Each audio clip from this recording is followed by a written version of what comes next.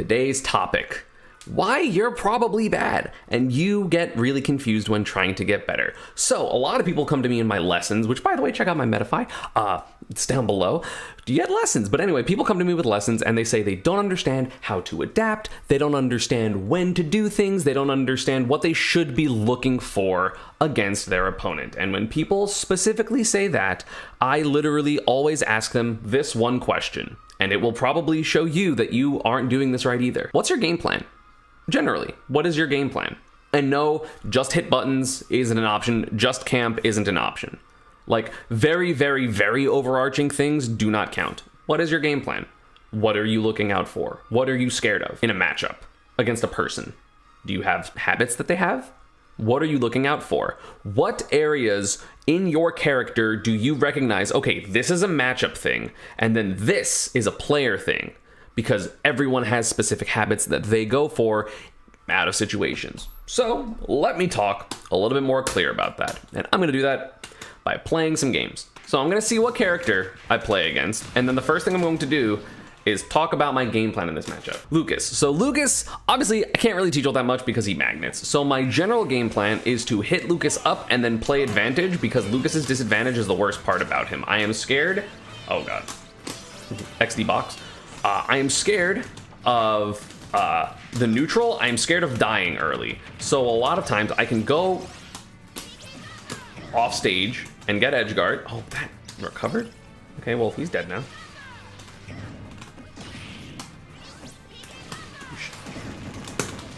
I tried. No, jeez. Okay, so that was just fun. But generally, I know the general type of edge guards to go for against the Lucas. I know that he wants to go for tethers, and I can see where the tether, for the most part, apparently I was wrong before, where the tethers will be, and I try to hit that before the PK Thunder hits, but, you know, XD Wi-Fi.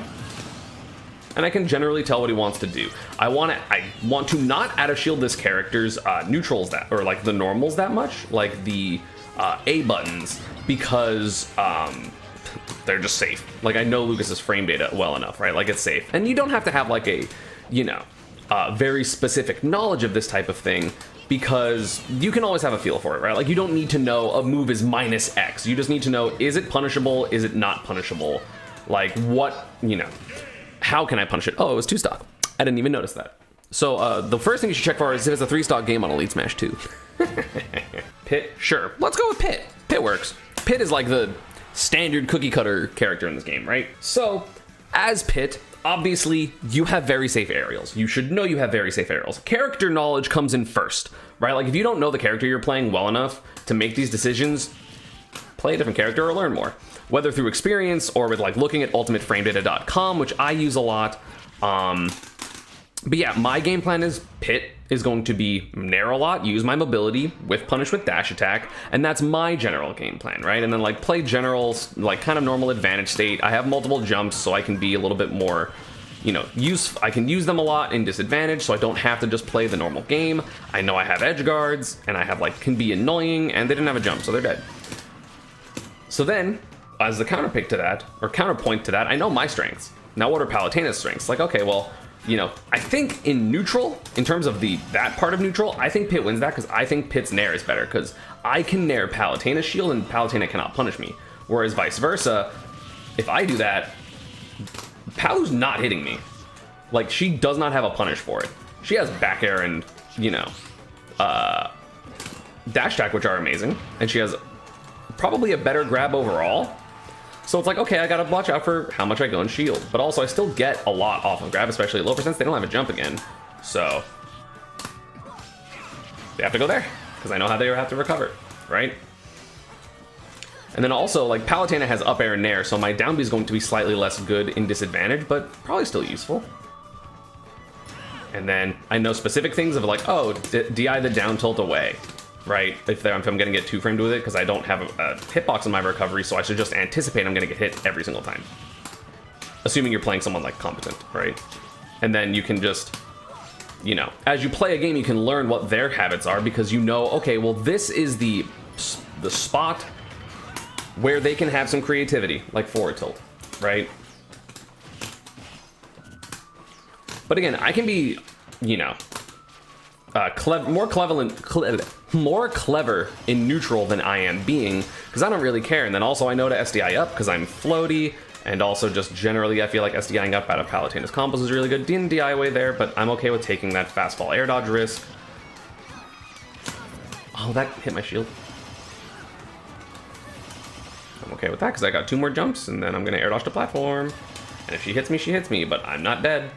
And then I can finally get back into neutral. Spot dodge, or just dash and dash out. And that's the game.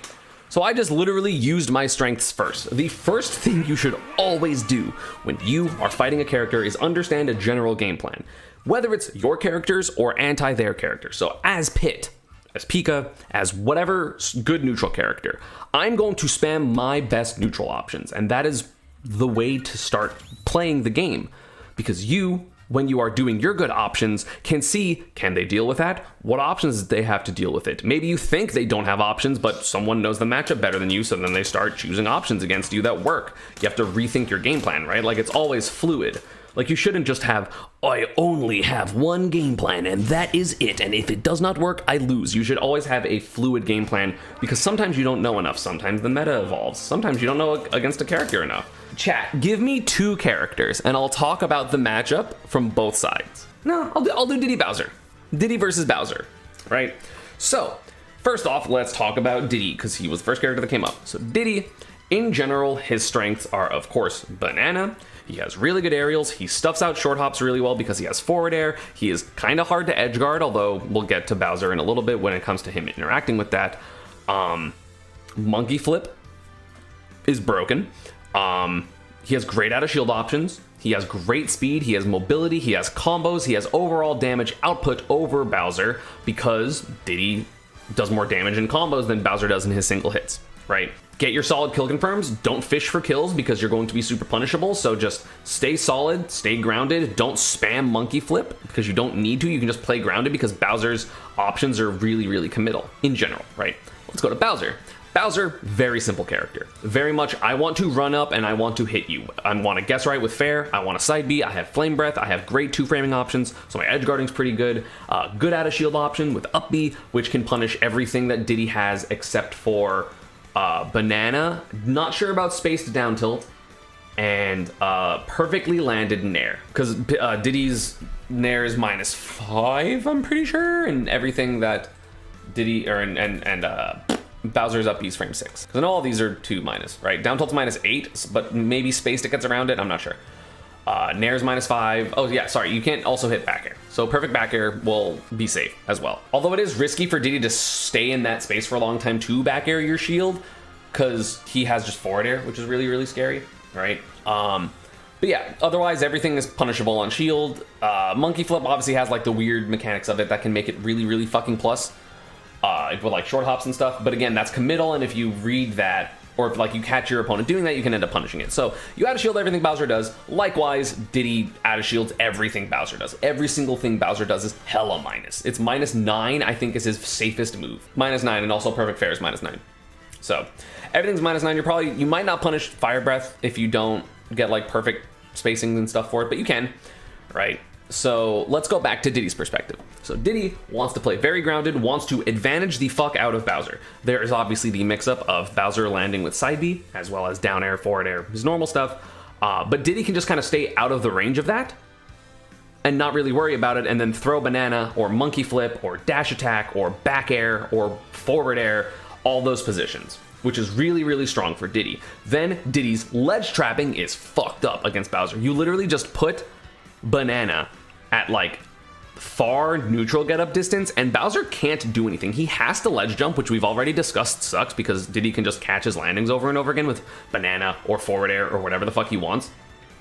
So Bowser doesn't really want to do that, so he's forced to neutral get up and get hit because he's gonna trip and then get punished, or roll, and then Diddy's waiting at roll distance to do to like back throw off stage and then to do it again, right? Be careful not overextending for your kills, and just play super solid, and then eventually the kill will come to you. Don't, waste your kill opportunities.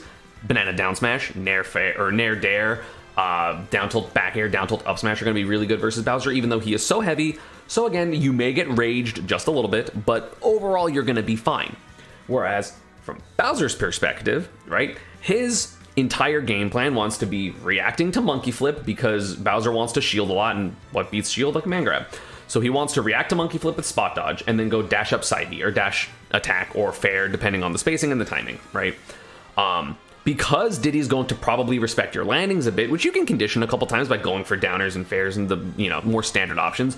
Landing Flame Breath is really good versus Bowser because you can react to the Flame Breath and throw the banana, and since it's transcendent, it will go through. But otherwise, you might get the hit on Diddy, but it's still scary because, you know, Diddy can SDI away from the Flame Breath and then jump and toss banana and then get a bigger punish. So it's a little scary. If he doesn't have banana, obviously super preferred. So you can actually, you know, be ready to catch his banana, or like not catch his banana, but like deal with his banana and try to keep Diddy away from it as long as possible. Diddy's not so fast that he can just run away and pluck banana all the time versus Bowser. Although there is the mix up because he still, again, does have decent aggressive options. So like you have to be ready for short hop fair this way and also run back banana, right? So that's a thing. Obviously, you're going to be killing Diddy way earlier as Bowser than vice versa. Diddy is a little bit susceptible off stage because of, you know, barrels. So you can get cheeky things like off stage flame breaths, F tilt 2 frames, even flame breath 2 frames, which is a lot of damage and stuff like that, which is good. So you generally, as Bowser, are going to get the damage off stage, as well as, you know, hopefully from out of shield punishes. Diddy, as I mentioned, doesn't really have a ton of safe options other than perfect nair and a couple of frames unsafe bear. But at the same time, if Diddy is always trying to go for perfect landing aerials, you can just try to start to parry those moves and then get things like parry side B, which is going to be very, very good. And it can matter a lot in that matchup to get a couple of parries to make Diddy uncertain whether he wants to do an early aerial, a late aerial, or monkey flip, or just avoid the situation entirely. And then if you start getting those reads, Diddy's going to start panicking, going for like high monkey flips, which case you can up air them or forward air and stuff like that, which it's just really good, right? So Bowser definitely has things in the matchup, but the control is all Diddy Kong. So therefore, I think Diddy wins the matchup, in theory. Right? But not only do I have the theory, I also have seen Tweak versus Leon several times, and Tweak kind of shits on him, like pretty bad. Like it's pretty fucking bad. Like no offense to Leon, Tweak is just kind of bodying him, right? Like that happens. Tweak is godlike. And Tweak does those things like the ledge trapping and the dealing with flame breath and stuff like that. So those are very instrumental parts of the matchup. But you can know those answers, still go for them. Like Bowser can still go for Flame Breath against Diddy because maybe they don't have the perfect counterplay. Maybe they're not ledge trapping correctly. So when you go in those situations, you go, okay, game 1, stock 1. You go, okay, I'm in the air. Flame Breath. Did they deal with it correctly? What did they do? Cool. Yes, no. Remember. Right? Because those are the parts of the matchup that are very important. And then, of course, there's the general, like, okay, how are they getting off the ledge? Are they doing drop-off banana? Are they doing, you know, monkey flip? Are they just playing weird? Do they always get banana in hand beforehand? In which case, cool, let me understand that when they're recovering so that way I can deal with these up B more because it's going to be at a more predictable timing because they need to use their double jump in order to get banana and now they don't have double jump, right? So that's how the matchup works on both sides. And that was like an 8-minute rant of just one matchup of characters that I don't play. So if you don't at least start that process of understanding your game plan from your character's perspective, even your opponent's character's perspective, because you want to know what to beat of theirs, that's going to be really hard. So when you're playing, you're just flailing. You're just doing things because they're good, but you don't understand why they are good or bad because you don't have a game plan. You don't know, okay, I want to do X, Y, Z, and you do X and it doesn't work. And you go, okay, am I doing it poorly? Like, am I executing poorly? Or is the idea not good? Then you check again and again. And obviously, this is better to do not in tournament because you shouldn't be super stubborn when you play in tournament because, you know, obviously it is risky because if you lose a tournament, you're out of the tournament. Whereas in friendlies or online, you can just test a matchup, right? So I think that is really, really important when it comes to getting good is having a game plan. I literally have a game plan for every single matchup, and yes, Pikachu, a lot of the matchups overlap. It's T-Jolt back air is my like default. Like it's my very simple part of like T-Jolt back air, get them off stage, doesn't matter how many times I get hit trying to get in, like against Dom. Like against Dom, I had never played a super talented Belmont before. Actually, I lied. I played Riddles before he was a Kazuya Terry main because those characters weren't out yet. And I played him, and I lost a game, and I learned, okay, cool, ban Battlefield versus that character, because apparently that's broken. But my matchup knowledge of the Belmonts came from either online or 2019, which is a long time ago. So when I played Dom at Genesis, granted the matchup is 7-3 because Pikachu's broken, I was like, cool, I'm going to T-Jolt back air, and I'll slowly recognize his patterns because I'm aware that I'm going to get hit when I'm trying to get in and be aggressive and hit him. That's still my game plan, and if he fucks me up, then sure, I'll adapt. But until he does that, that's my default, right? And Pikachu can do that for a lot of characters because Pikachu's fucking broken. You know, the mental energy of keeping up some of the top tier matchups or like top tier matchup spreads are a little bit easier because they just have overwhelmingly good options that very few characters can deal with effectively because they're good. That's why they're good, right?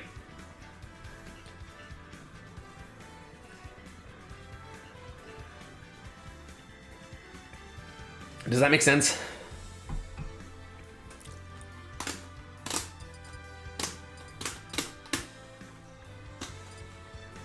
So like characters like Samus have a very simple game plan because she wants to charge shot and bomb it, and she wants to throw her opponents off stage and bomb edge trap them, and that is like 95% of the matchups. And then yes, there's peculiarities and differences in how the neutral works, but that's the gist of it, right? Like every Samus matchup is kind of that.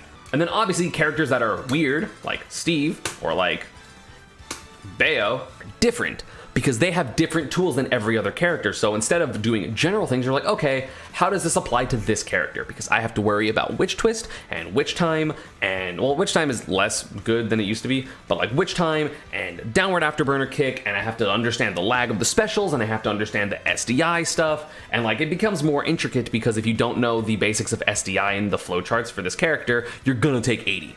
Right? And you don't want to take 80. You want to make the Bayo work for the combos. Same with Steve. If you don't know where to SDI his combos or what combos are coming or how to deal with up tilt on shield, it gets a lot harder.